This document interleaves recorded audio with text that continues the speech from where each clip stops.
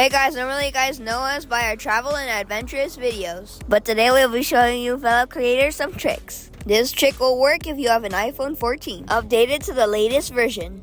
Alright guys, so in this small tutorial we're going to show you how to take an image or a person from a photo in your album and then copy and paste it to another image or photo. Simply tap and hold and the phone will select the image and it will separate it from the background.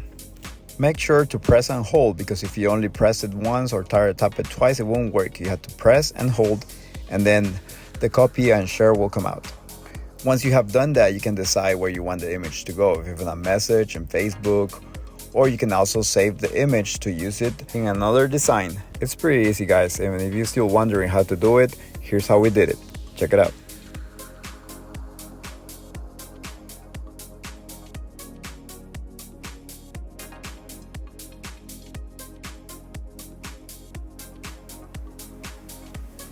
That was cool, right guys? It's the new feature of the iPhone 14. And now that you have saved the image into your phone, now we're going to show you how to use it to make a thumbnail or a design. You can use your favorite app or program to do this method. In our case, we're going to show you how to do it in PhotoGrid. You go to the app and pick from the album your favorite background. Then go to add a photo, select it from the image you just saved. And there you go, place it in the background or in your design.